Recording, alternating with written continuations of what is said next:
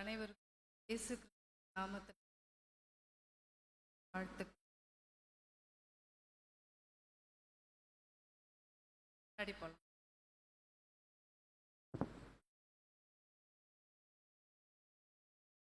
பரலோகத்தில்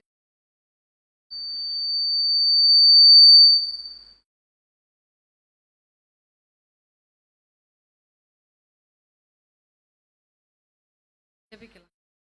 பரலோகத்தில் இருக்கிற எங்கள் நல்ல பேர் நாளுக்காக நன்றி. நாள் வரைக்கும் ஒரு நாளும் தகப்பனை பராமரித்து இந்த நாளிலும் ஞானமாக்கி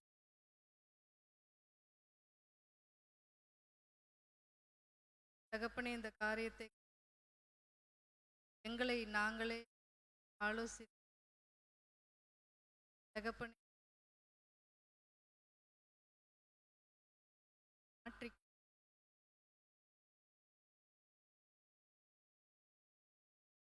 ஆழுகின்ற அந்த மகா பரலோகத்திற்கு வந்து சேருகின்ற பாக்கியத்தை வந்திருக்கிற ஒவ்வொரு பிள்ளைகளையும் இயேசு கிறிஸ்துவின் நாமத்தினாலே இந்த ஆமென். இன்னைக்கு நம்ம பார்க்க போற பாடத்தினுடைய தலைப்பு எழுதப்பட்டவர்கள் யார்?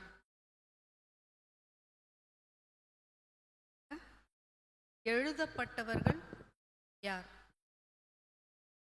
அப்படின்ற தலைப்பின் கீழே நம்ம சில விஷயங்களை இன்னைக்கு ஆராய்ச்சி செய்யலாம். சரியா? தேவன் இந்த இயற்கையை நமக்காக செய்தார். இந்த இயற்கையை எதற்காக நமக்கு கொடுத்தாருன்னா, ஒன்று, நாம் இந்த இயற்கையை அனுபவிக்கணும். நாம் இந்த இயற்கையை அனுபவிப்பதற்காக தேவன் இதை கொடுத்தாரு. ஓகே. இன்னொன்று எதுக்காகனா, இந்த இயற்கையை பார்த்து தேவன் யார் என்று நாம் ஆலோசிக்கணும். தேவன் யார் என்று அறிந்து கொள்வதற்காக தேவன் இந்த பிரம்மாண்டமான இயற்கையை நமக்கு செய்து கொடுத்தார். ஆனால் இந்த உலகத்திலே வாழ்கின்ற மனிதர்கள் அனைவரும் இந்த இயற்கையை எப்படியெல்லாம் அனுபவிக்கலாம் என்று யோசிக்கிறார்களே தவிர, அப்படிதானங்க? இன்னைக்கு பூமியில் வாழ்கிற மனிதர்களை பாருங்க. இந்த காற்றை எப்படி நம்ம அனுபவிக்கலாம், இந்த தண்ணியை எப்படி நம்ம அனுபவிக்கலாம், இந்த இயற்கையில் உள்ள ஒவ்வொரு பொருட்களையும் நாம் எப்படியெல்லாம் அனுபவிக்கலாம் அப்படின்றதுக்காக எத்தனையோ ஆராய்ச்சிகளை செய்கிறாங்க. எத்தனையோ விஷயங்களை செய்து இதை எப்படியெல்லாம் சுகபோகமாக அனுபவிக்கலாம் என்று ஆலோசிக்கின்றார்களே தவிர, இந்த இயற்கையை படைத்த தேவன் யார், அந்த தேவனுக்கும் நமக்கும் உள்ள தொடர்பு என்ன, எதற்காக நம்மை தேவன் இந்த பூமிக்கு கொண்டு வந்தார், எதற்காக இந்த பிரம்மாண்டமான இயற்கையை செய்தார் என்ற எந்த காரியத்தையும் மனிதன் என்ன செய்யல, ஆலோசிக்கவில்லை. முழுக்க முழுக்க இதை அனுபவிப்பதற்காகவே யோசிக்கின்றான். ஆனால் தேவன் இந்த இயற்கையை படைப்பதற்கு முக்கிய நோக்கம் என்னவென்றால், இந்த இயற்கையை பார்க்கின்ற அனுபவிக்கின்ற மனிதன் அதை அனுபவிக்கும் பொழுது இதை செய்தது யார் என்று யோசிக்கணும்னு தான் இதை படைத்தாரு. பைபிளில் ஒரு வசனம் இருக்கு, நம்ம எடுத்து வாசிக்கலாம்.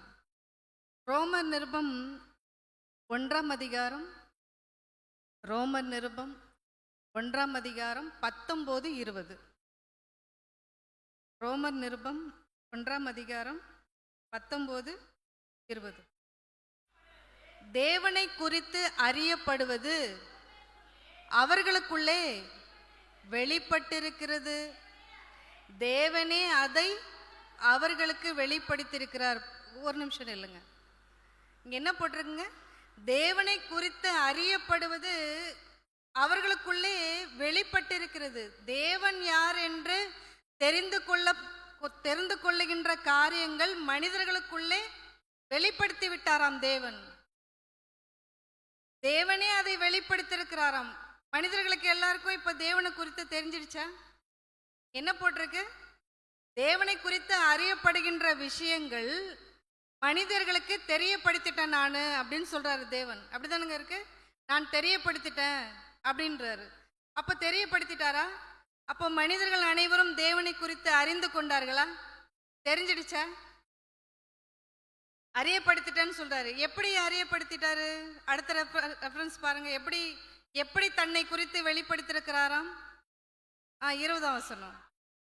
எப்படி எப்படி எனில், எப்படி என்றால், காணப்படாதவைகளாகிய அவருடைய நித்திய வல்லமை, தேவத்துவம் என்பவைகள் இதோ உண்டாக்கி வைத்திருக்கிறாரே. இந்த இயற்கை உண்டாக்கப்பட்டிருக்கிறவைகளினாலே உலகம் உண்டானது முதற்கொண்டு தெளிவாய் காணப்படும். ஆதலால் அவர்கள் போக்கு சொல்ல இடமில்லை. தேவன் யார் என்று எங்களுக்கு தெரியாது, தேவனை குறித்து யாரும் எங்களுக்கு சொல்லவில்லை, தேவன் என்றால் எங்களுக்கு யாருன்னே தெரியாதுன்னு அப்படின்னு மனிதர்கள் போக்கு சொல்வதற்கு இடமில்லையாம். ஏனென்றால் தேவன் யார் என்று தன்னை குறித்து தேவனை வெளிப்படுத்தி விட்டாராம். எப்படி வெளிப்படுத்தினாரு?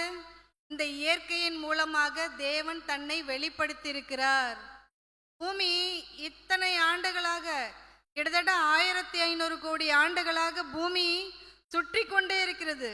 நட்சத்திரங்கள் சுற்றுகிறது, கிரகங்கள் சுற்றுகிறது, எல்லாமே ஒரு ரன்னிங்ல இருக்கு. எந்த சக்தியால் சுத்துகிறது? எந்த சக்தியால் சுத்துறதுங்க?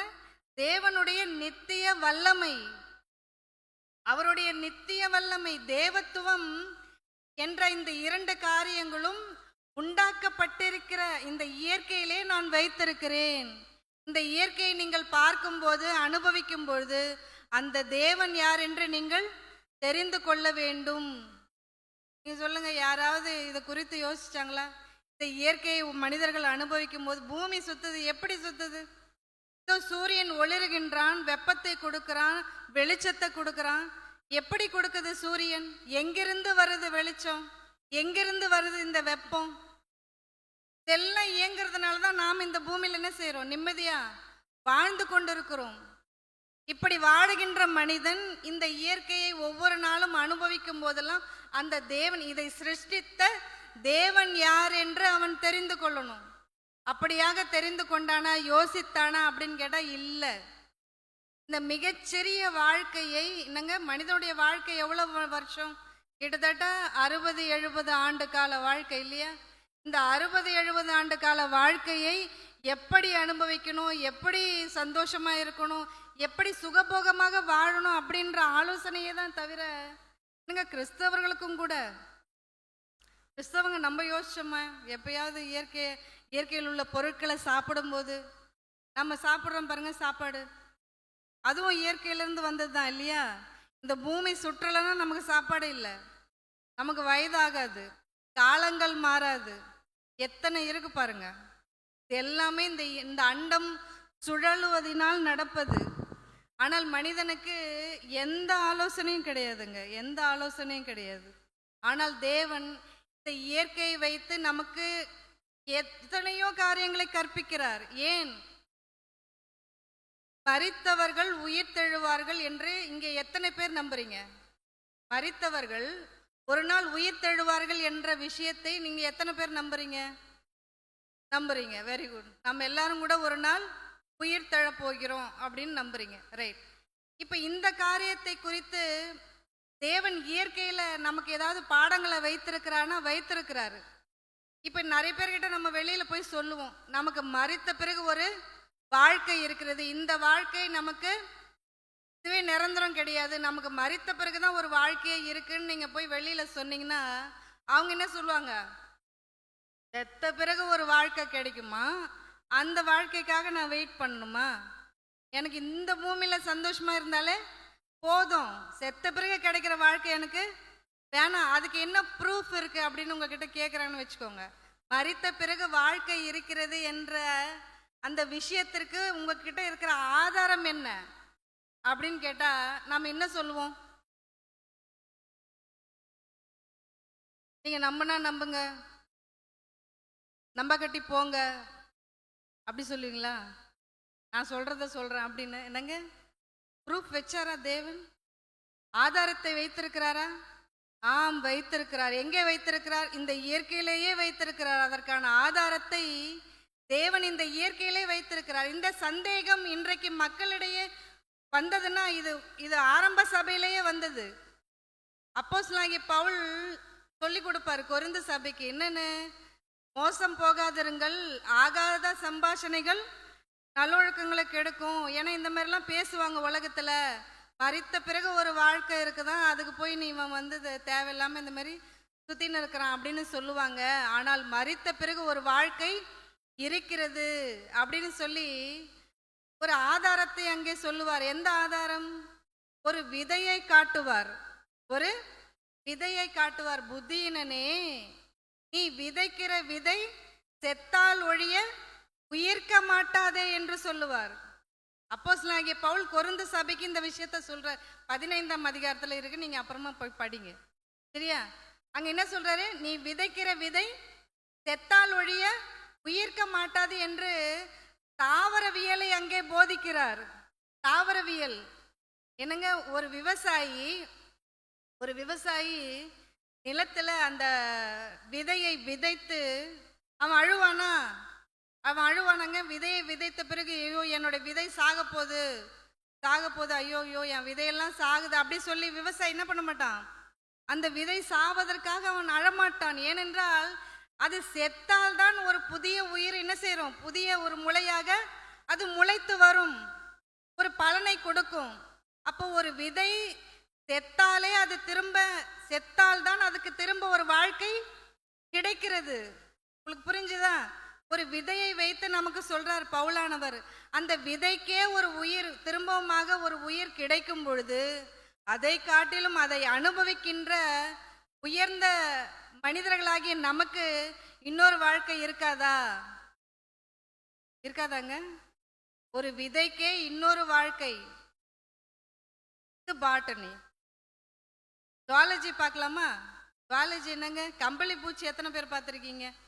கம்பளி பூச்சி அது பார்க்கும்போதே நமக்கு அருவருப்பா இருக்கும் இல்லையா? அருவருப்பான உருவத்தோடு இருக்கின்ற அந்த கம்பளி பூச்சி ஒரு நாள் பறக்கின்ற பட்டாம்பூச்சியாக மாறுகிறது இல்லையா? எப்படி? அந்த கம்பளி பூச்சி கொஞ்ச நாள் என்ன செய்யணும்? தன்னைத்தானே மூடிக்கொண்டு அதற்குள்ளேயே அதனுடைய உயிர் என்ன சொல்ற ஒரு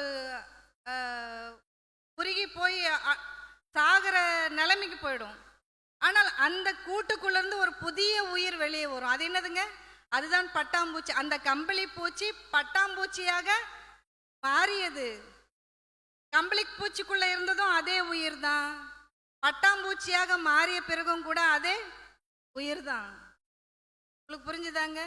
இதெல்லாம் தேவன் இயற்கையில வைத்தார். எதற்காகனா இவைகளை பார்த்து நாம் பாடங்களை கற்றுக்கொள்ள வேண்டும். ஒரு கம்பளி பூச்சிக்கு இன்னொரு வாழ்க்கை இருக்கிறது, ஒரு விதைக்கு இன்னொரு வாழ்க்கை இருக்கிறது. நமக்கு தேவன் எத்தனை மகா பெரிய காரியத்தை இந்த இயற்கையில வைத்தார் பாருங்க. என்னைக்காவது ஒரு விதையை பார்த்து நம்ம இப்படி யோசிச்சோமா?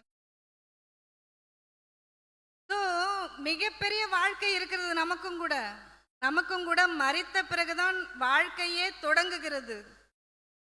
இது சிறிய வாழ்க்கை. இதைதான் மோசே கூட சொல்லியிருப்பாரு இல்லையா? மோசே என்ன சொல்லியிருப்பாருங்க?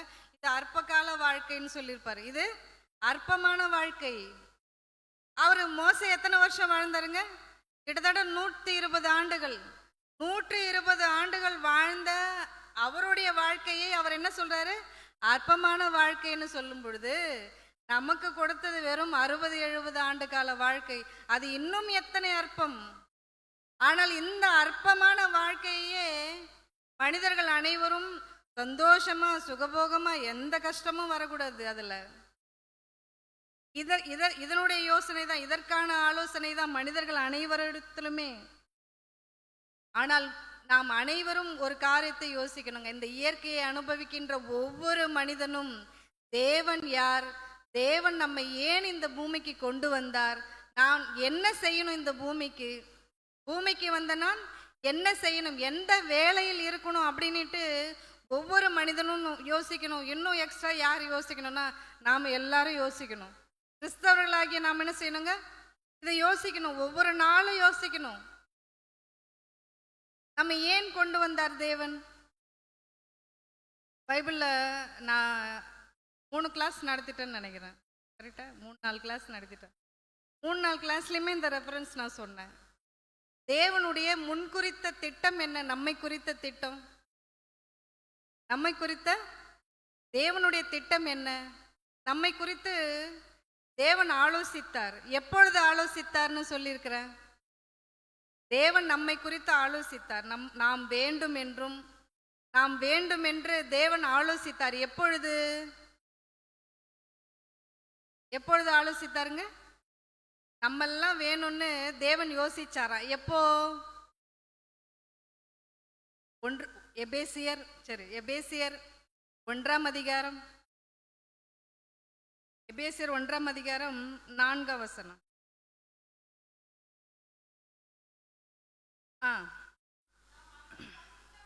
எனக்கு இந்த ரெஃபரன்ஸை நோட் பண்ணிக்கோங்க. ஏன்னா முழு வேதாகமும் அந்த வசனத்திலேயே இருக்கிறது. முழு வேதாகமும் தேவன் எதற்காக நம்மை சிருஷ்டித்தார், எதற்காக நம்மை இந்த பூமிக்கு கொண்டு வந்தார் என்கிற அந்த காரியம் இந்த வசனத்தில் இருக்கிறது. 4லிருந்து 6 வரை படிக்கணும். சரியா? படிக்கலாம். தமக்கு முன்பாக, தேவனுக்கு முன்பாக இதோ நாம் அனைவரும் அன்பில் பரிசுத்தமுள்ளவர்களாக குற்றமில்லாதவர்களாக இருப்பதற்கு இந்த உலகம் தோன்றுவதற்கு முன்னே கிறிஸ்துவுக்குள் நம்மை தெரிந்து கொண்டார். தேவன் நம்மை வேண்டும் என்று நினைத்தார். எப்பொழுது நினைத்தாருங்க? உலகம் தோன்றுவதற்கு முன்பே. தேவன் முதலாவது சிருஷ்டித்தது இந்த இயற்கை. இந்த இயற்கை தான் முன்னாடி வந்தது. இந்த இயற்கை தான் முன்னாடி வந்ததுன்னு நம்ம கூட நினைப்போம். இயற்கை முன்னாடி வரல, நாமளே முன்னாடி வந்தோம். முதல்ல நாம வேணும்னு யோசிச்சார் தேவன். தனக்கு பிள்ளைகள் வேணும் என்று யோசித்தார். அந்த பிள்ளைகளுக்கு இந்த இயற்கை வேண்டும் என்று யோசித்தார். புரியுதாங்க? இயற்கை வேணும்னு முதல்ல யோசிக்கல தேவன். இந்த இயற்கையை செய்யணும், இந்த இயற்கையை செஞ்சுட்டு என்ன பண்ணலாம் அப்படிலாம் யோசிக்கல. தேவன் முதலாவது யோசித்தது என்னன்னா, முதலாவது தனக்கு பிள்ளைகள் வேண்டும், அந்த பிள்ளைகளுக்கு இந்த இயற்கையை நான் செய்ய வேண்டும் என்று யோசித்தார். முதலாவது கோரிக்கை, அவளுடைய கோரிக்கை என்ன? நாம் வேண்டும். நாம் எப்படியாக இருக்கணும்னு யோசிச்சாருங்க? பரிசுத்தம் உள்ளவர்களாக, குற்றமில்லாதவர்களாக இருக்க வேண்டும். என்னுடைய பிள்ளைகள் என்னை போன்றவர்களாகவே இந்த பூமியின் மீது வாழ வேண்டும். தேவன் குற்றமில்லாதவர், தேவன் பரிசுத்தர். இந்த 2 குணமும் யாருடையதுங்க? தேவனுடையது. பரிசுத்தம் உள்ளவராக, குற்றமில்லாதவராக அவர் இருக்கிறார். அவரை போலவே நாம் அனைவரும் கூட இந்த பூமியின் மீது வாழ வேண்டும். பரிசுத்தம் உள்ளவர்களாக, குற்றமில்லாதவர்களாக எனக்கு என்னுடைய பிள்ளைங்க வேணும், பூமியில இருக்கணும் அவங்க அப்படின்னு எப்போ யோசிச்சாராங்க? இந்த உலகம் தோன்றுவதற்கு முன்னே நாம் வேண்டும் என்று ஆலோசித்தார். ரைட்டு. நாம இந்த பூமியில என்ன செய்யணுமா? 11-12 படிங்க. அதுல நாம இந்த பூமிக்கு நாம என்ன செய்யணும்னு போட்டிருக்கு பாருங்க.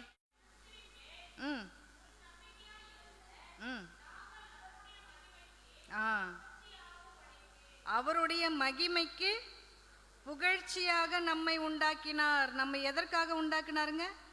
அவருடைய மகிமைக்கு புகழ்ச்சியாக, அவருக்கு புகழ் கொண்டு வருகின்ற பிள்ளைகளாக, அவருக்கு புகழை தேடி தருகின்ற பிள்ளைகளாக நாம் இந்த பூமியின் மீது வர வேண்டும் என்று ஆலோசித்தார். அவருக்கு புகழை கொண்டு வர பிள்ளைங்களா நம்ம இருக்கிறோமா? பூமியின் மீது அவருக்கு புகழை சேர்க்கின்ற பிள்ளைகளாக இன்றைக்கு பூமியின் மீது வாழுகின்ற ஒவ்வொருவரும் என்னோட அம்மா அப்பாவுக்கு நான் புகழ் சேர்க்கணும் அப்படின்னு உழைக்கிறாங்களா இல்லையா? என் அம்மா அப்பாவுக்கு புகழ் சேர்க்கணும். அடுத்து என்னுடைய கிராமத்துக்கு நான் எப்படியாவது புகழ்ச்சியை கொண்டு வரணும், என்னுடைய மாநிலத்துக்கு நான் புகழ்ச்சியை கொண்டு வரணும், ஏன் என்னுடைய நாட்டுக்கு என்னால் என்ன செய்யணும்? புகழ்ச்சியை கொண்டு வரணும் அப்படின்னு நாட்டிற்காக ஆலோசிக்கின்றான், வீட்டிற்காக ஆலோசிக்கின்றான், கிராமத்திற்காக ஆலோசிக்கின்றான், ஒரு பட்டணத்துக்காக ஆலோசிக்கின்றான். எந்த மனிதனாவது தேவனுக்கு புகழ்ச்சி வரணும் என்னால அப்படின்னு யாராவது ஆலோசிச்சோமா? யாராவது ஆலோசிச்சோமாங்க? தேவனுக்கு என்னால் புகழ் வர வேண்டும் அப்படின்னு எத்தனை பேர் நினைச்சோங்க? அவருக்கு புகழ் வரணுன்றதுக்காக தான் நம்ம இந்த பூமியில கொண்டு வந்தாரே. அவருக்கு புகழ் வரலனாலும் பரவாயில்ல. ஆனா என்ன நடக்குது தெரியுமா? இன்னைக்கு நம்மால் அவருக்கு அவப்பெயர் உண்டாகுது. என்னங்க? நம்மால் அவருக்கு என்ன வருதுங்க? அவப்பெயர். என்னடா இந்த கிறிஸ்தவங்க இப்படி இருக்கிறாங்க? இவங்களுக்குள்ள என்ன இல்லை? கிறிஸ்துவே இல்லை. இவங்க என்ன சர்ச்சுக்கு போறாங்க? இவங்க பேசுற பேச்சு எப்படி இருக்கு? இவங்க நடந்துக்கிற நடக்க எப்படி இருக்கு? இன்னைக்கு அடுத்தவங்க பேரு நம்மள ஒரு ஊருக்குள்ள விட மாட்டாங்க. ஒரு ஊருக்குள்ள நம்மள விட மாட்டாங்க. வேண்டாம், நீங்க ஏன் ஒரு வீடு கூட நம்மளுக்கு கொடுக்கறது இல்லை. ஒரு வீடு கூட கிறிஸ்தவர்களுக்கு என்ன இல்லை? வீடு இல்லை. இத்தனைக்கும் காரணம், நீங்க ஒரு காலத்தில் கிறிஸ்தவர்கள் ஊருக்குள் நுழைந்தால் அன்றைக்கு வரவேற்றார்கள். பைபிளில் முதல் நூற்றாண்டில் கிறிஸ்தவர்கள் வந்தா என்ன செய்வாங்க? ஆஹா, இவர்கள் நூதனமான விஷயங்களை போதிக்கிறாங்க, எத்தனையோ அறியாத தெரியாத விஷயங்களை நமக்கு என்ன செய்யறாங்க? சொல்லி கொடுக்குறாங்க, இவங்க பேசுறதெல்லாம் மகா ஞானமா இருக்கு அப்படின்னு உலகத்தை கலக்குகிறவர்கள் இங்கேயும் வந்து விட்டார்கள் என்று சொல்லி வியந்தார்கள் ஒரு காலத்தில் கிறிஸ்தவர்களை பார்த்து. இன்றைக்கு கிறிஸ்தவர்களை பார்த்தால் நல்ல பேர் கிடையாது. காரணம் யாரு? காரணம் யாரு? மகா ஞானத்தை போதிக்க வேண்டும். வாயை திறந்தா நமக்கு வாயில இருந்து என்ன வரணுங்க? மகா ஞானம் வரணும். இந்த பைபிள் வார்த்தைகள் வரணும். மரித்தோரின் உயிர்த்தெழுதலை குறித்து நீங்க பேசணும், போய் சொல்லணும். எப்படி சொல்லலாம்? இதோ இந்த இயற்கையை வைத்து அவர்களுக்கு பாடங்களை கற்பிக்க வேண்டும் கிறிஸ்தவர்கள். ஆனால் நம்ம என்ன செய்யறதில்ல. நம்ம வீட்டிலே போதனை கிடையாது, நம்ம வெளியிலையும் என்ன செய்யறது கிடையாது, போதனை கிடையாது, போதிப்பது கிடையாது, சொல்லுவதல்ல, தேவனை குறித்து சொல்லுவது கிடையாது. எங்க சொல்லணும். அப்படி சொன்னால் தேவனுக்கு அங்கே என்ன செய்யுங்க? புகழ் சேரும், தேவனுக்கு புகழ்ச்சி வரும். நீங்க வெளியே போய் தேவனை குறித்து சொல்லும் போது தேவன் அங்கே மகிமைப்படுவார். தேவன் அங்கே மகிமைப்படுவார். இந்த காரியத்தை செய்வதற்காகத்தான் தேவன் நம்ம இந்த பூமிக்கு கொண்டு வந்தது. எபேசியர் 2ஆம் அதிகாரம் பைபிள் எடுங்க. எபேசியர் 2ஆம் அதிகாரம் 10ஆம் வசனம்.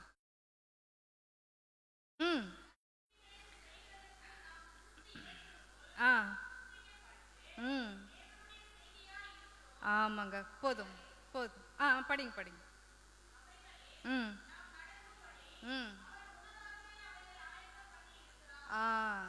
என்ன இங்க இந்த வார்த்தைகளை நம்ம நிதானமா படிச்சோன்னா இதுல ஒரு விஷயம் இருக்குங்க. எழுதப்பட்டவர்கள், இன்னைக்கு நம்ம தலைப்பு என்னது? எழுதப்பட்டவர்கள் யார்? எழுதப்பட்டவர்கள் யார்? நற்கிரிகளை செய்கிறதற்கு நாம் கிறிஸ்து இயேசுக்குள் சிருஷ்டிக்கப்பட்டோம் அப்படின்னு இருக்கு பாருங்க. அதாவது நாம் அனைவரையுமே தேவன் உண்டாக்கினார். எதற்காக உண்டாக்கினாராம்? நற்கிரிகளை செய்ய வேண்டும் என்று நம்மை உண்டாக்கினார். அப்படிதானங்க இருக்கு. நற்கிரிகளை செய்ய வேண்டும் என்று நம்மை கிறிஸ்து இயேசுக்குள் தேவன் சிருஷ்டித்தார்.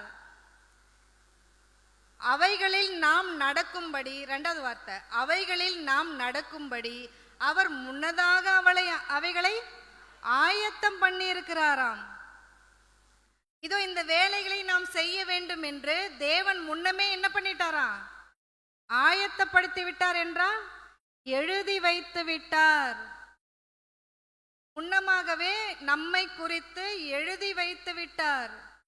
இவர்கள் இந்த பூமியின் மீது வர வேண்டும், இவர்கள் இந்த வேலைகளை செய்ய வேண்டும், இப்படியாக செய்துவிட்டு அவர்கள் இந்த பூமியை விட்டு வெளியே வர வேண்டும் என்று தேவன் முன்னதாகவே ஆயத்தம் பண்ணியிருக்கிறார்னு இருக்கு பாருங்க. அவர் முன்னதாகவே அவைகளை ஆயத்தம் பண்ணியிருக்கிறார் என்றால் என்ன அர்த்தங்க?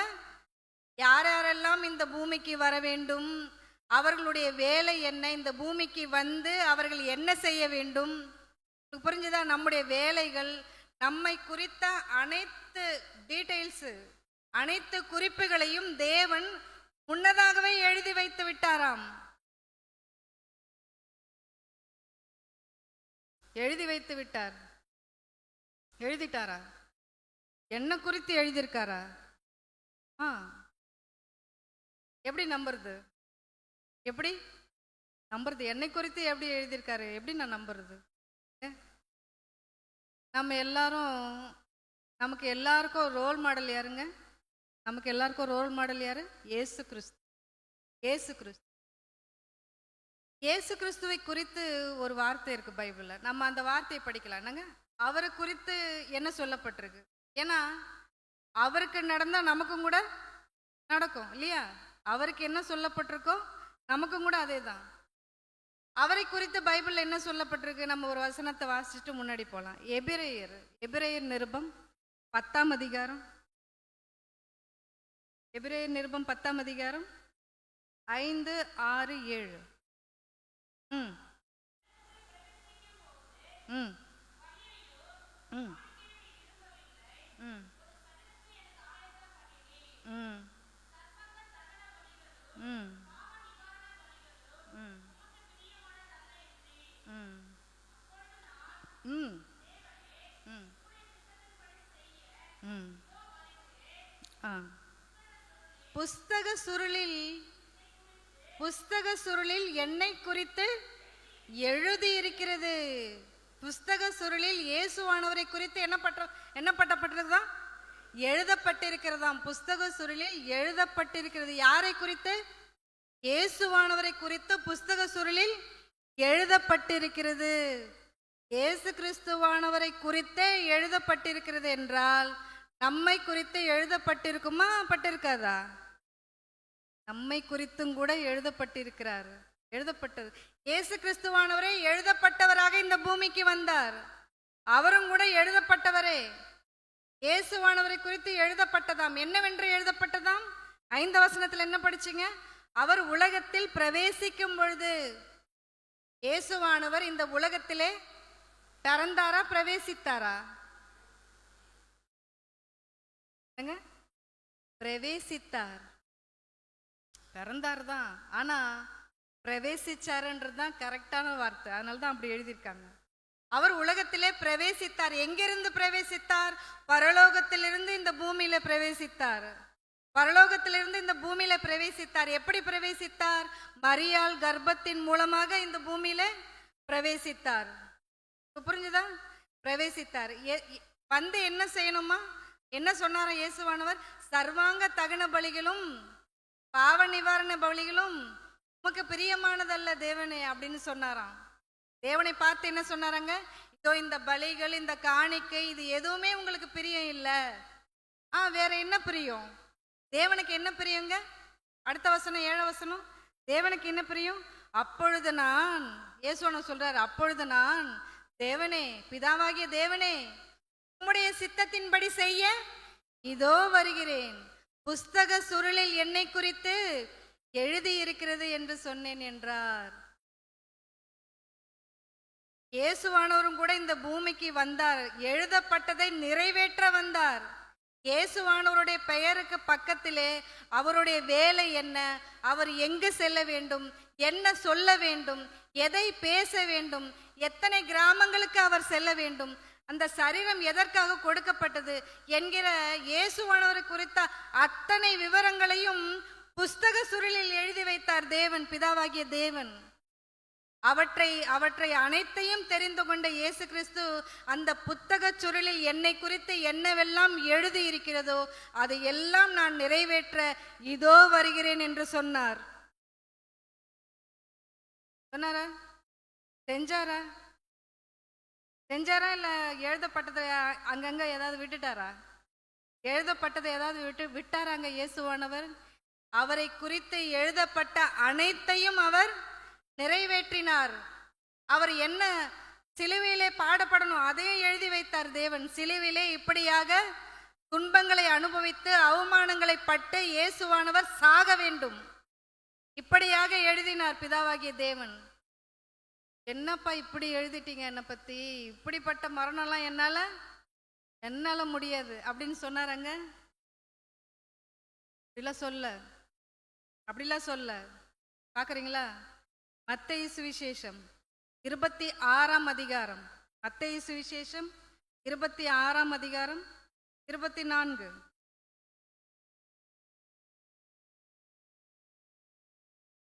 ம் ம் போதுமா, போதும். மனுஷகுமாரன் தம்மை குறித்து எழுதி இருக்கிறபடியே போகிறாராம். போனாரா? தம்மை குறித்து பிதாவாகிய தேவன் என்ன எழுதினாரோ அதிலே கொஞ்சம் கூட அச்சு பிசகாமல் அவர் என்ன எழுதினாரோ அந்த எழுத்திற்கெல்லாம் எழுதப்பட்டபடியெல்லாம் தம்மை ஒப்பு கொடுத்தார் இயேசு கிறிஸ்து. எழுதப்பட்டபடியே போனார், எழுதப்பட்டபடியே போனார் இயேசு கிறிஸ்து. நீங்களும் நானும் பிதாவானவர் நம்மை குறித்து என்ன எழுதியிருக்கிறாரோ அதன்படி போகின்றோமா? போறோமாங்க? முதல்ல எழுதப்பட்ட விஷயம் நமக்கு தெரியுமாங்க? நம்மை குறித்து தேவன் எழுதி வைத்திருக்கிறார். இந்த உலகம் தோன்றுவதற்கு முன்னமே உங்களை குறித்து என்னை குறித்து தன்னுடைய புஸ்தகத்தில் அவர் எழுதி வைத்திருக்கிறார். நமக்காக வேலைகளை எழுதி வைத்திருக்கிறார். என்ன அந்த வேலை? நற்கிரியைகளை செய்ய வேண்டும் என்கிற வேலை நமக்கு இருக்கிறது. அந்த வேலைகளை செய்து கொண்டே நாம் என்ன செய்யணும்? நமக்கு கொடுத்த அந்த ஓட்டத்தை முடிக்கணும். இயேசு கிறிஸ்துவானவர் எழுதப்பட்டபடியே போனாரு. நாம் எழுதப்பட்டபடி போகின்றோமா அல்லது வேற எதையாவது செய்து கொண்டிருக்கிறோமா? இந்த பூமியில போறோமாங்க? இயேசு கிறிஸ்து இந்த பூமிக்கு வந்தாருங்க. பூமிக்கு வந்து என்ன சொன்னார் தெரியுமா? அவர் தெரிஞ்சுக்கிட்டாரு. என்னன்னு தெரிஞ்சுக்கிட்டாரு? தேவனை நான் இந்த பூமியில மகிமைப்படுத்த வேண்டும், அவருக்கு புகழை கொண்டு வர வேண்டும், மகிமைப்படுத்த வேண்டும் என்று தெரிந்து கொண்ட அவர் அவருடைய வாழ்நாட்கள் எவ்வளவு இந்த பூமியில எவ்வளவு வருஷம் வாழ்ந்தாரு? 33 வருஷம்தான் வாழ்ந்தார். 33 வருஷம்தான். வெறும் 33 ஆண்டுகளில் அவரை குறித்து என்னெல்லாம் எழுதப்பட்டதோ அதை எல்லாவற்றையும் என்ன செய்தாரு? நிறைவேற்றினார். தேவன் இந்த பூமிக்கு என்னை கொண்டு வந்ததே அவருடைய வேலையை செய்ய வேண்டும் என்று, அவரை நான் மகிமைப்படுத்த வேண்டும் என்று என்னை கொண்டு வந்தார் என்கிற அந்த விஷயத்தை தெரிந்து கொண்டதினால் சாகின்ற வரைக்கும் அதை மறக்காம சிலுவையின் மரண பரியந்தம் பிதாவுக்கு தன்னை என்ன செய்தாருங்க? ஒப்பு கொடுத்தாருங்க. நமக்கு எத்தனை வயசு ஆகுது? நமக்கு 33 வயசு ஆகுதா? சொல்லுங்க. நமக்கு எத்தனை வயசு ஆகுதுங்க? 30 தாண்டி 40 தாண்டி 50 கூட போகுது. ஆனா இன்னமும் நம்ம இந்த பூமிக்கு எதுக்கு வந்தோன்ற விஷயம் நமக்கு என்ன செய்யணும்னு நாம் எழுதப்பட்டபடி போகின்றோமா? யோவான் சுவிசேஷம் 17ஆம் அதிகாரம், யோவான் சுவிசேஷம் 17ஆம் அதிகாரம் 4-5 வசனங்கள்.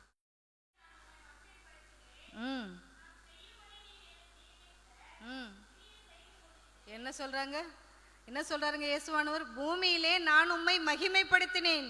தேவனே, பிதாவாகிய தேவனே, பூமியிலே நான் உம்மை மகிமைப்படுத்தினேன். எப்படி மகிமைப்படுத்தினாருங்க? எப்படிங்க மகிமைப்படுத்தினாரு? Glory to God அப்படின்னு சத்தமா சொல்லுவதல்ல. சொல்லலாம், தப்பு கிடையாது. ஆனால் அதை காட்டிலும் நாம் என்ன செய்யணும் தெரியுமா?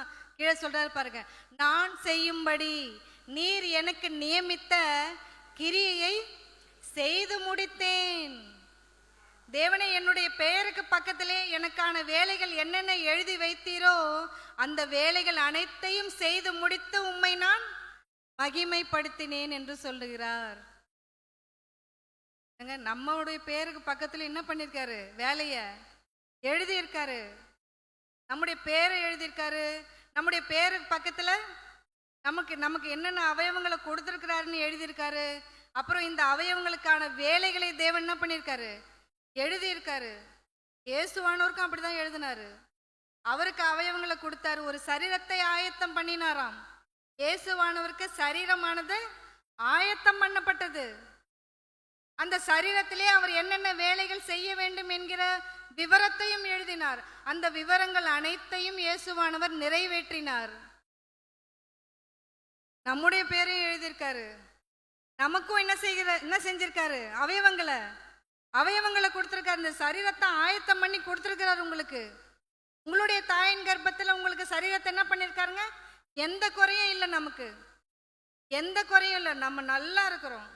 நல்ல கை காலை கொடுத்துருக்காரு, ஆயத்தம் பண்ணி உங்களுக்கு கொடுத்துருக்காரு. ஆனால் இந்த சரீரத்திலே தேவனுடைய வேலை நடக்கிறதா? தேவன் உங்களுக்காக நியமித்த வேலைகளை நீங்கள் செய்கின்றீர்களா? செய்கிறீங்களா? தேவன் சொன்னா பாருங்க, நான் செய்யும்படி நீர் எனக்கு நியமித்த கிரியையை செய்து முடித்த தேவனை மகிமைப்படுத்தினார்.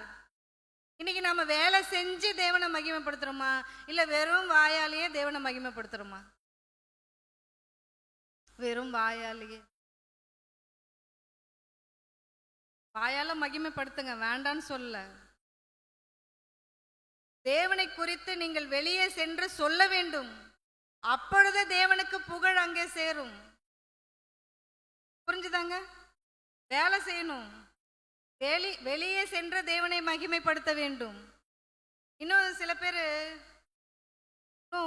ஜீனியஸ், அவங்கெல்லாம் ஜீனியஸ். அந்த ஜீனியஸ் எப்படி சொல்லுவாங்கன்னா, தேவனே உங்களை மகிமைப்படுத்துறதுக்கு நான் பாத்திரம் இல்லைப்பா, நான் பாத்திரம் இல்லை, உங்களை மகிமைப்படுத்துறதுக்கு நான் பெரிய ஆள் இல்லை, நான் வந்து ஒரு பாவி, நான் வந்து ஒரு பூச்சி புழு, உங்களை மகிமைப்படுத்துகிற அளவுக்கு நான் வந்து ஒர்த்து கிடையாது. அதனால தேவனை உங்களை நீங்களே என்ன செஞ்சுங்க, மகிமைப்படுத்திக்கங்க. உங்களை நீங்களே மகிமைப்படுத்திக்கங்க. இப்படி சொல்லலாமா கிறிஸ்தவங்க? உங்களை நீங்களே மகிமைப்படுத்திங்க. என்னங்க இது எப்படி இருக்கு தெரியுமா? இந்த மாதிரி சொல்றது எப்படி இருக்கு தெரியுமா? இப்போ ஒருத்தரை வந்து நம்ம வந்து அவரை வந்து மரியாதை செலுத்தணும், அவருக்கு மரியாதை செலுத்தணும். எப்படி மரியாதை செலுத்தலாம்? இப்போ நம்ம எப்படி ஒருத்தரை மரியாதை செலுத்தலாம்? அவருக்கு ஒருவேளை கீழே உட்காந்துருந்தா அவரை மேடைக்கு கூப்பிட்டு, மேடைக்கு வாங்க அப்படி சொன்னோன்னே எல்லாரும் என்ன செய்யணும்? கை தட்டணும். கை தட்டி அவரை மேடைக்கு கூப்பிட்டு அவருக்கு சால்வையை நம்ம என்ன செய்யணும்? நம்ம போத்தணும் இல்லையா? சால்வையை போட்டு அப்புறம் மாலையை எடுத்து அவர் கழுத்தில் நம்ம என்ன செய்யணும்? மாலையை அவர் கழுத்தில் போட்டு இப்படியாக அவரை நாம் என்ன செய்யலாங்க? அவரை மரியாதை செலுத்தலாம். இப்போ நம்ம எப்படி சொல்கிறோம் தெரியுமா? தேவனு உங்களை நீங்களே மகிமைப்படுத்திக்கங்கன்னா என்ன அர்த்தம்? நீங்களே மேடைக்கு வந்து அந்த துண்டை எடுத்து நீங்களே போட்டுக்கோங்க, அந்த மாலையும் கூட என்ன செய்யுங்க, நீங்களே எடுத்து உங்கள் கழுத்தில் மாட்டிக்கோங்க. அப்படி ஒருத்தரை சொன்னோன்னா, அப்படி ஒருத்தரை மரியாதை செலுத்துறதுக்கு நம்ம, ஐயா நீங்கள் வாங்க மேடைக்கு வாங்க, நீங்களே என்ன செய்யுங்க, அந்த துண்டை எடுத்து நீங்களே போட்டுக்கோங்க, அதே போல் அந்த மாலையை கூட என்ன செஞ்சுக்கோங்க, நீங்களே இப்போ கழுத்தில் எடுத்து மாட்டிக்கோங்க அப்படி சொன்னால் அவர் சந்தோஷமாக அதை ஏற்றுப்பாராங்க? என்ன சொல்லுவாங்க? யோ என்னை அவமானப்படுத்த தான் என்னை இங்கே கூப்பிட்டியா சொல்லுவாரா சொல்ல மாட்டாரா? நானே போட்டுக்கணுமா, நீ என்னத்துக்கு கேட்பாங்களா இல்லையா? நம்ம தேவன் அப்படி சொல்லக்கூடாது. உங்களை நீங்களே மகிமைப்படுத்திக்கங்க அப்படின்னு என்ன செய்யக்கூடாதுங்க? அவரை மகிமைப்படுத்தத்தான் இந்த பூமிக்கு வந்ததே. நாம் இந்த பூமிக்கு வந்ததே நாம் அவரை மகிமைப்படுத்த வேண்டும், அவருக்கு புகழை கொண்டு வந்து சேர்க்க வேண்டும், அவருக்கு மரியாதையையும் கனத்தையும் செலுத்த வேண்டியது நாம் செய்ய வேண்டும். என்ன செய்யணும்? ஒன்றும் இல்லை, அவர் நம்முடைய பெயருக்கு பக்கத்தில் என்னென்ன வேலைகளை எழுதி வைத்திருக்கிறாரோ அந்த வேலைகளை எல்லாம் நாம் செய்தாலே அவர் மகிமைப்படுவார். புரிஞ்சுதாங்க? எத்தனையோ பக்தர்கள் அதையே செய்தார்கள். எத்தனையோ பக்தர்கள் என்னங்க, விசுவாச வீரர்களுடைய பட்டியல் இருக்கு இல்லையா? எங்க இருக்கு? எபிரேயர் 11ஆம் அதிகாரத்தில் இருக்கு. நீங்க அப்புறமா படிங்க. எபிரேயர் 11ஆம் அதிகாரம் படிச்சீங்கன்னா அதுல எத்தனையோ விசுவாச வீரர்கள்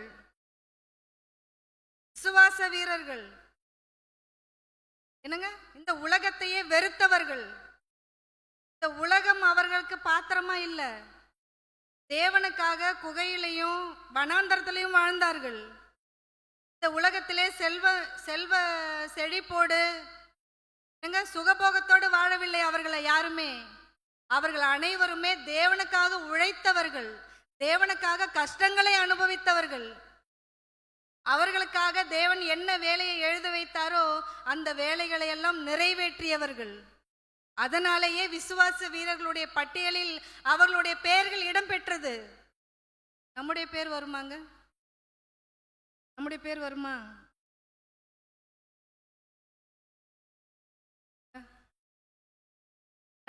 நம்ம அனைவருடைய பெயர்கள் கூட எழுதப்பட்டிருக்கிறது. முதலாவது நீங்கள் இதனை செய்யணுங்க, தெரிஞ்சுக்கணும். நம் அனைவருடைய பெயரும் கூட அவர் ஒரு புத்தகத்திலே எழுதி வைத்திருக்கிறார். அந்த பெயருக்கு பக்கத்திலே இதோ நற்கிரைகளை செய்ய வேண்டும் என்கிற அந்த வார்த்தையும் கூட எழுதி வைத்திருக்கிறார். நமக்கு நம்முடைய அவயவங்களை குறித்து எழுதியிருக்கிறார். அந்த அவயவங்களுக்கு என்ன வேலை என்று எழுதியிருக்கிறார். அனைத்தையும் எழுதியிருக்கிறார். ரைட்டு, இது வரைக்கும் புரிஞ்சுதா? எழுதியிருக்கிறது உங்களுக்கு புரிஞ்சுதா? உங்களை குறித்து தேவன் எழுதியிருக்கிறார். எத்தனை பேர் இதற்காக சந்தோஷப்படுறீங்க? கைகளை உயர்த்துங்க பார்க்கலாம். தேவன் என்னை குறித்து எழுதியிருக்கிறார். தேவனே உமக்கு ஸ்தோத்திரம், நன்றி. இப்போதான் நம்ம பாடத்துக்குள்ளேயே போக போகிறோம். இப்போதான் நம்ம பாடத்துக்குள்ளே போக போகிறோம். சரி, எழுதப்பட்டாச்சு. இப்போ நம்ம என்ன கேள்வி கேட்க போகிறோம்னா, இப்போ நம்ம பேர் அதில் இருக்கா?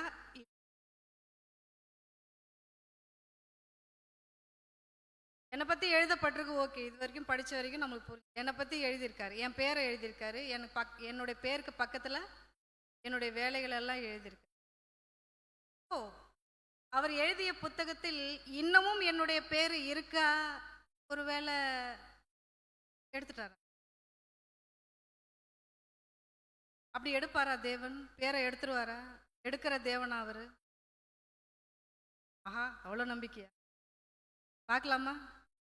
பேரை எழுதிய தேவன் அந்த பேரை அவர் எடுக்கவும் கூட அவர் செய்ய மாட்டார்ல? இல்லை, கண்டிப்பாக செய்வார்.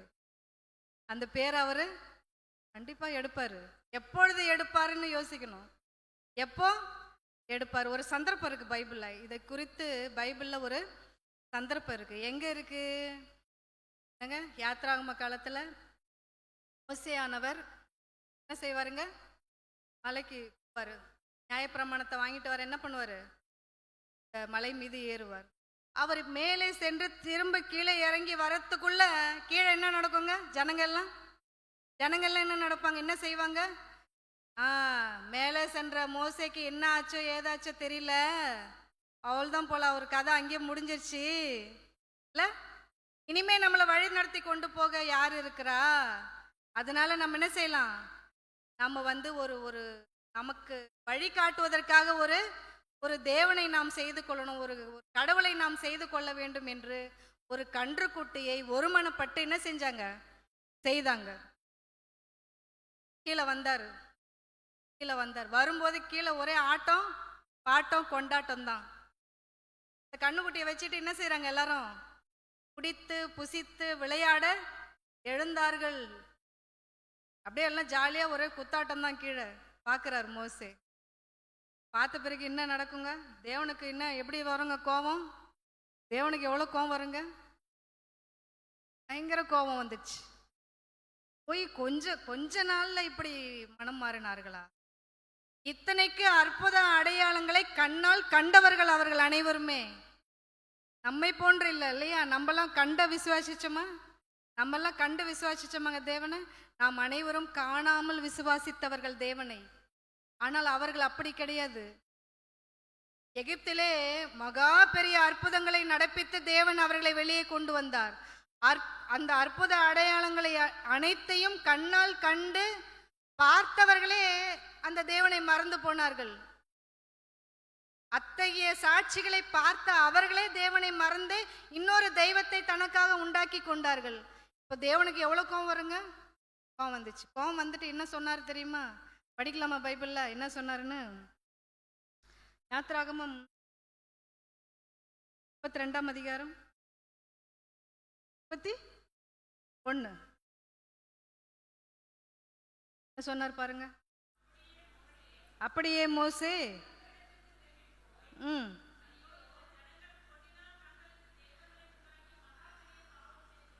ஐயோ, இந்த ஜனங்கள் பொன்னினால் தங்களுக்கு தெய்வங்களை உண்டாக்கி மகா பெரிய பாவம் செய்தார்கள் இந்த ஜனங்கள். ஆனாலும் தேவனே, அவங்களுடைய பாவத்தை நீங்க என்ன செய்யுங்க? மன்னிச்சிருங்கப்பா, மன்னிச்சிருங்க. அப்படி இல்லைன்னா நீர் எழுதிய உம்முடைய புத்தகத்திலிருந்து என் பேரை கிறுக்கி போடும் என்றான். எவ்வளவு நல்லவர் பாருங்க மோசே.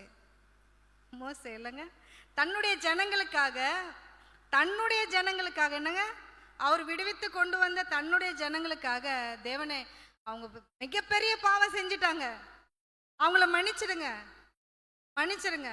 வேணா என்னுடைய பேரை உங்க புஸ்தகத்துல என் பேர் எழுதிருக்கீங்க இல்லையா, உங்க புஸ்தகத்துல என் பேர் எழுதிருக்கீங்க, அந்த பேர் என்ன செஞ்சிடுங்க, கிறுக்கி போட்டுருங்கப்பா, எடுத்துருங்கப்பா. தேவன் என்ன சொன்னார் தெரியுமாங்க? சரி கிறுக்கிடுறேன் அப்படி சொன்னாரா? என்ன சொன்னார் தெரியுமா? படிக்கலாமா அதையும்? அப்பொழுது கர்த்தர் மோசேயை நோக்கி, இதோ எனக்கு விரோதமாக யாரெல்லாம் பாவம் செய்தார்களோ அவர்களுடைய பெயரையே என்னுடைய புஸ்தகத்திலிருந்து கிறுக்கி போடுவேன். இப்ப சொல்லுங்க, புஸ்தகத்திலிருந்து பேரை கிறுக்கி போடுவாரா போட மாட்டாரா? போடுவாரா போட மாட்டாரா? எப்பொழுது போடுவாருங்க? அவருக்கு விரோதமாய் நாம் செய்கின்ற பொழுது, அவருக்கு விரோதமாய் பாவங்களை செய்கின்ற போது, அவருக்கு பிடிக்காத விஷயங்களை இந்த பூமியின் மீது செய்யும் பொழுது, உங்களை கொண்டு வந்த அந்த வேலையை தவிர வேறு வேலைகளில் நீங்கள் இருக்கின்ற பொழுது, புரிஞ்சுதாங்க, நம்முடைய பெயரையும் கூட தேவன் என்ன செய்வாருங்க, கிறுக்கி போடுவார். போட மாட்டார்லாம் கிடையாது, கண்டிப்பா கிறுக்குவார். எப்போனா நாம் அவருக்கு விரோதமாக பாவம், இது தேவனே கொடுத்த ஸ்டேட்மெண்ட். யார் கொடுத்த ஸ்டேட்மெண்ட்டுங்க? தேவனே சொல்றாரு பாருங்க. உன் பேரை நான் ஏன் பாக்கி இருக்கணும்? மோசே, மோசே உன் பேரை நான் ஏன் கெடுக்கணும்? பேரை நான் கிறுக்க மாட்டேன்.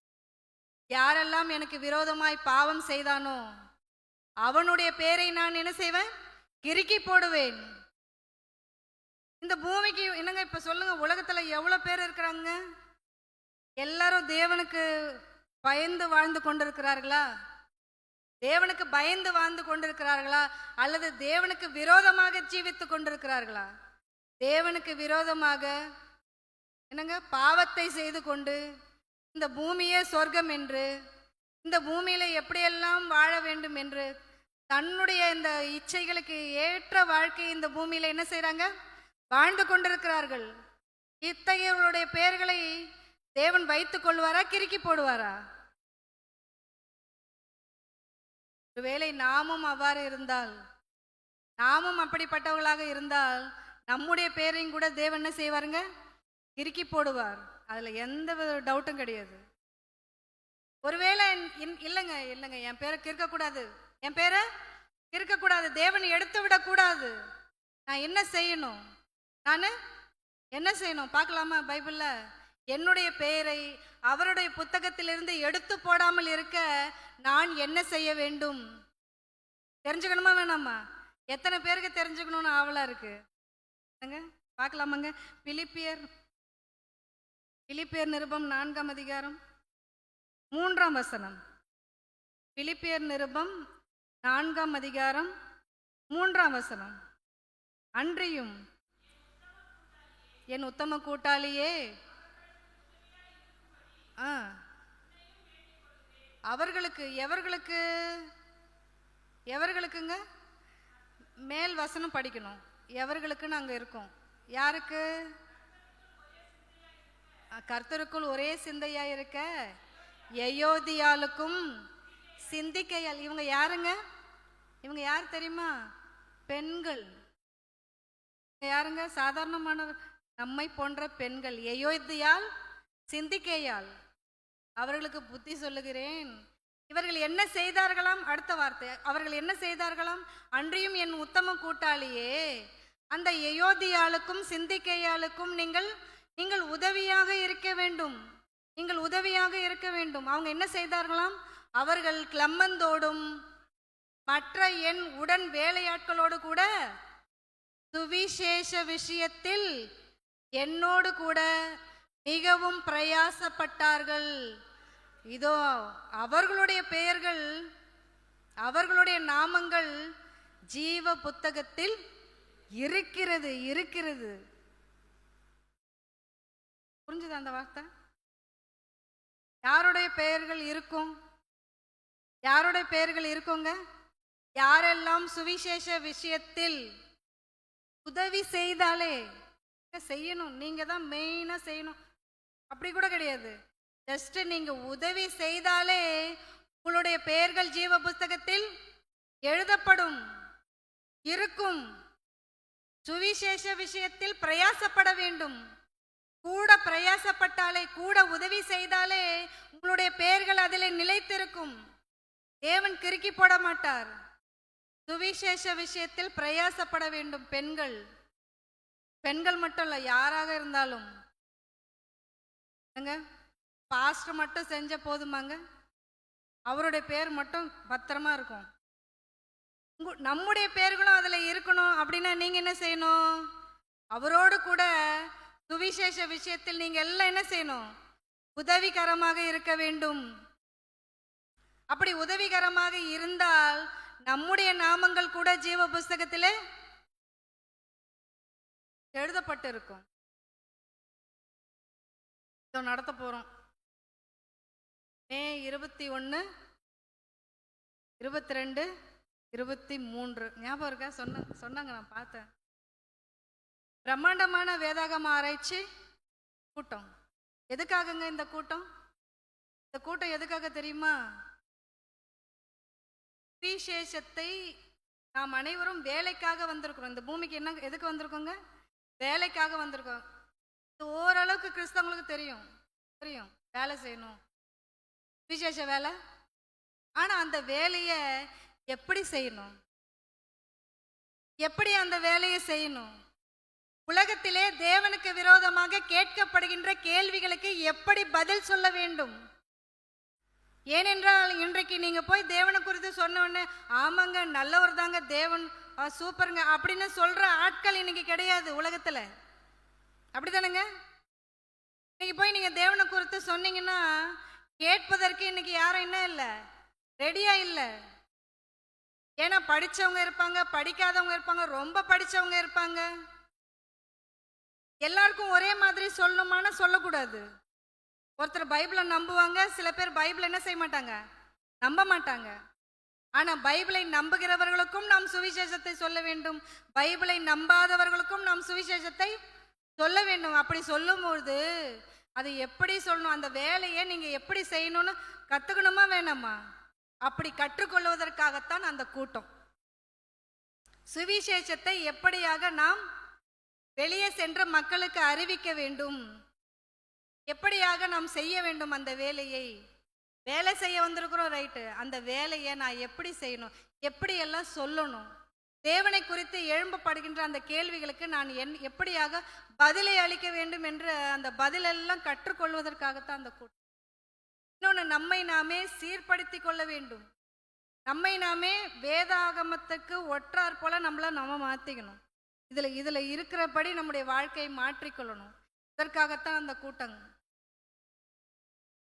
முடிந்த அளவுக்கு அனைவருமே கலந்து கொள்வதற்கு என்ன செய்யுங்க, முயற்சி செய்யுங்க. ஏன்னா நம்மள சாதாரணமானவர்கள் அல்ல, நாம் அனைவருமே வேலை செய்ய பிறந்தவர்கள். வேலை செய்தால்தான் உங்களுடைய பெயர்கள் ஜீவ புஸ்தகத்திலே இருக்கும். இல்லை என்றால் என்னங்க, ஒருவேளை இந்த வேலையில இல்லைன்னா வேற எந்த வேலையில இருப்பீங்க தெரியுமா? தேவையில்லாத வேலையில எல்லாம் இருப்பீங்க.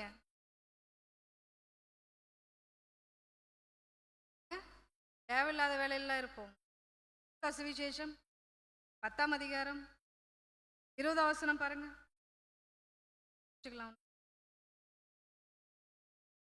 சுவிசேஷம் ஆவிகள் உங்களுக்கு கீழ்ப்படுகிறதுக்காக நீங்க சந்தோஷப்படாதீங்க.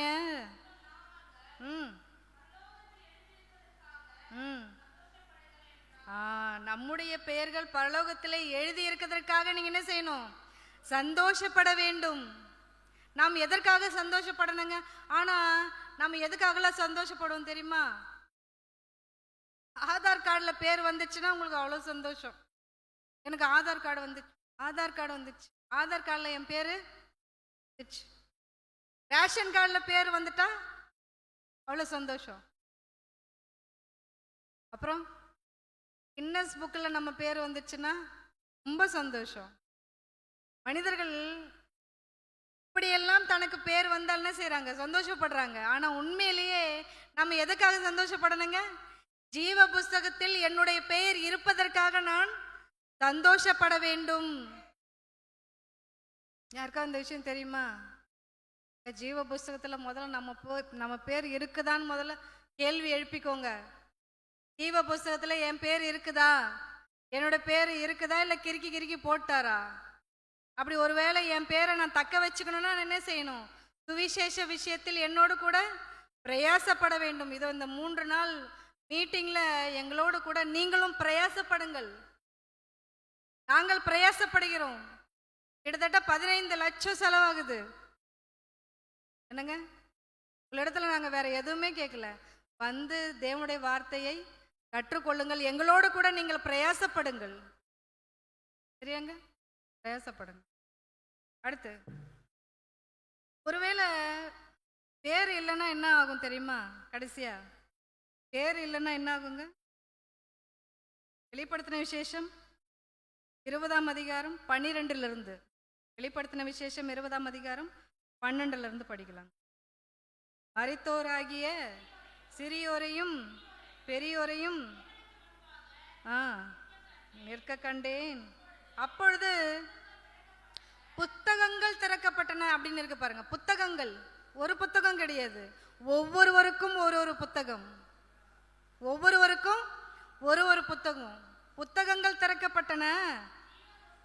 அதே போல ஜீவ புஸ்தகம் என்கிற இன்னொரு புத்தகம் கூட இருக்குதாம். வேறொரு புத்தகமும் திறக்கப்பட்டது. அப்பொழுது அந்த புஸ்தகங்களில் எழுதப்பட்டவைகளின் படியே மரித்தோர் நியாய தீர்ப்பு அடைந்தார்கள். ஒவ்வொருவருக்கும் ஒவ்வொரு தனிப்பட்ட ஒரு டைரி இருக்கு. உங்களை குறித்த ஒரு புத்தகம் இருக்கிறது தேவனுக்கு. உங்களுடைய பெயர், உங்களுடைய வேலைகள், உங்களை குறித்த அனைத்து டீட்டெயிலும் அதுல இருக்கும். நீங்க இந்த பூமியில வந்து என்னென்ன செஞ்சீங்கன்றத கூட அதுல என்ன பண்ணப்பட்டிருக்கோம்? எழுதப்பட்டிருக்கோம். இந்த உலக தோற்றத்துக்கு முன்பு தேவன் யோசித்தார் உங்களை குறித்து இப்படியாக நீங்க இருக்கணும்னு. ஆனா பூமியில நீங்க பறந்து வந்தீங்க, இந்த வருஷத்துல வந்தீங்க, இந்த தாய் தகப்பனுக்கு மகளாக பிறந்தீங்க. அதிலிருந்து எழுதுவாருங்க உங்களுடைய வேலை அனைத்தையுமே. நீங்க என்ன பார்த்தீங்க, நீங்க என்ன செஞ்சீங்க, நீங்க எங்க போனீங்க, நீங்க எங்க இருந்து வந்தீங்க அப்படின்னு உங்களை குறித்து எல்லா டீட்டெயிலும் என்ன செய்வாரு? எழுதி வைத்து கொண்டே வருவார் தேவன். எப்போ வரைக்கும் எழுதுவார் தெரியுமா? நீங்க சாகின்ற வரைக்கும் உங்களை குறித்த தேவன் என்ன பண்ணுவாருங்க? எல்லாத்தையும் எழுதி வைத்துக்கிட்டே இருப்பாரு. எழுதி வச்சிருவாரு.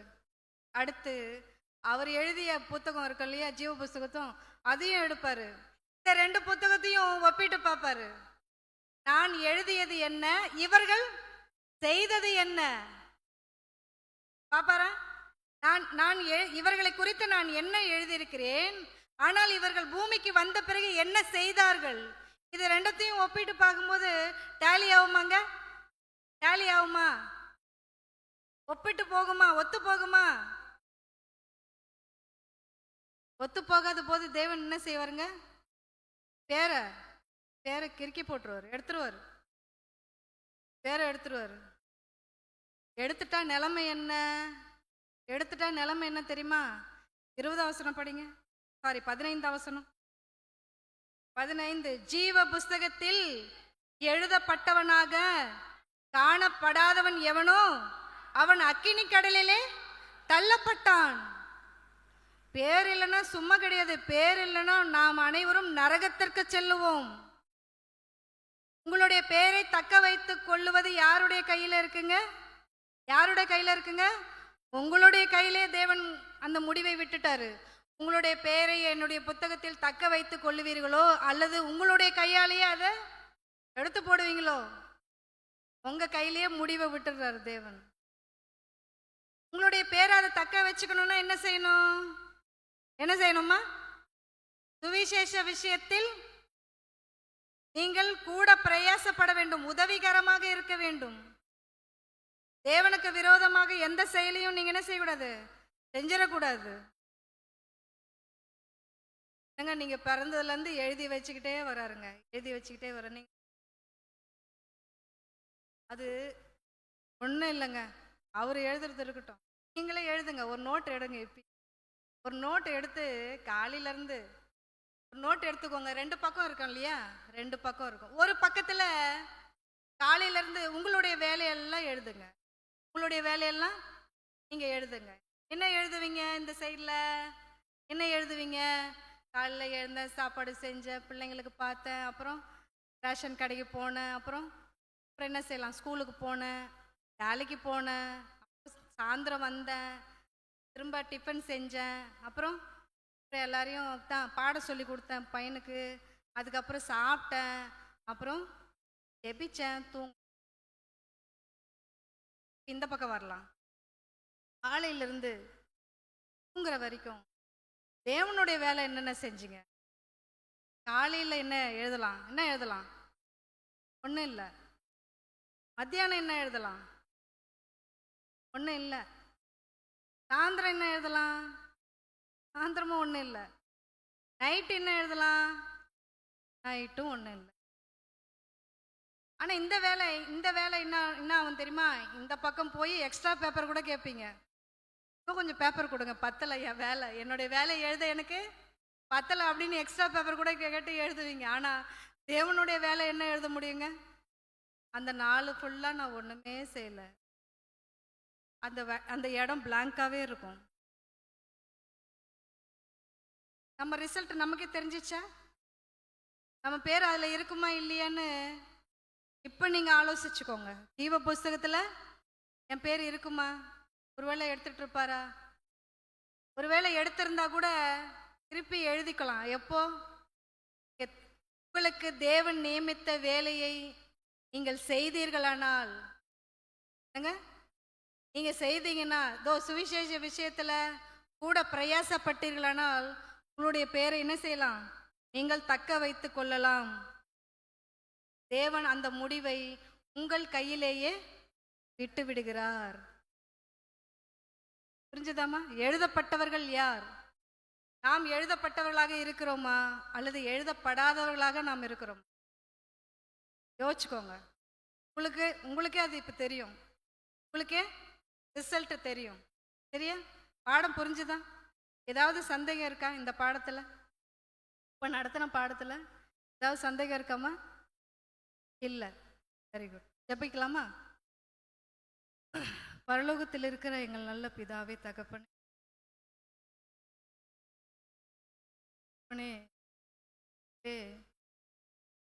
பெயரை எழுதி வைத்ததற்காக நன்றி. தகப்பனே, எங்களுடைய பெயருக்கு பக்கத்திலே என்னென்ன வேலைகளை எங்களுக்காக எழுதி வைத்திருக்கிறீரோ அந்த வேலைகளை எல்லாம் தகப்பனே இந்த சரீரத்திலே நிறைவேற்ற எங்களுக்கு நல்ல ஞானத்தை கொடுங்க. நீர் நியமித்த வேலைகளை எல்லாம் செய்து முடித்து இதோ இயேசுவானவர் உம்மிடத்திலே வந்தது போல நாங்கள் அனைவரும் கூட தகப்பனே எங்களுடைய பெயருக்கு பக்கத்தில் என்னென்ன வேலைகள் எழுதியிருக்கிறதோ அந்த வேலைகளை அனைத்தையும் செய்து முடித்து தகப்பனே இந்த பூமியிலே நாங்கள் வாழ்கின்ற நாட்கள் முழுக்க உம்மை மகிமைப்படுத்த உதவி செய்யுங்க தகப்பனே. வந்திருக்கிற ஒவ்வொரு பிள்ளைகளையும் தகப்பனே இந்த வார்த்தைகளை புரிந்து கொண்டவர்களாய் சுவிசேஷ விஷயத்தில் தகப்பனே கூட பிரயாசப்படுகின்றவர்களாய் உதவிகரமாக இருக்கின்றவர்களாய் இருக்க உதவி செய்யுங்க தகப்பனே. இங்கே வந்திருக்கிற ஒவ்வொரு பிள்ளைகளும் உடைய மகா ஞானத்தை கற்றுக்கொள்ள உதவி செய்யுங்க தகப்பனே. வருகின்ற இந்த மே மாதம் நடக்கின்ற இந்த மீட்டிங்கில் கூட அநேக பிள்ளைகள் கலந்து கொண்டு உம்முடைய மகா ஞானத்தை கற்றுக்கொண்டு சுவிசேஷத்தை இந்த பூமியில எப்படியாக அறிவிக்க வேண்டும் என்று தெரிந்து கொள்ள தகப்பனே நீங்கள் உதவி செய்யும்படியாக நாங்கள் செபிக்கிறோம். வருகின்ற எல்லா தடைகளையும் நீக்கி போடுங்க தகப்பனே. அனைவரும் வந்து கற்றுக்கொள்ள உதவி செய்யுங்க. ஆசீர்வதிங்க, பலப்படுத்து. சபையில் நடக்கின்ற அனைத்து ஊழியத்தையும் தகப்பன் தாமே ஆசீர்வதிக்கும்படியாக நாங்கள் செபிக்கிறோம். நடத்துகின்ற போதத்துக்காக நாங்கள் ஆசீர்வதியும் பலப்படுத்தும் தகப்பனே. இயேசு கிறிஸ்துவின் நாமத்தினால இந்த ஜெபத்தை ஏறெடுக்கிறோம் ஜீவனுள்ள நல்ல பிதாவே, ஆமென்.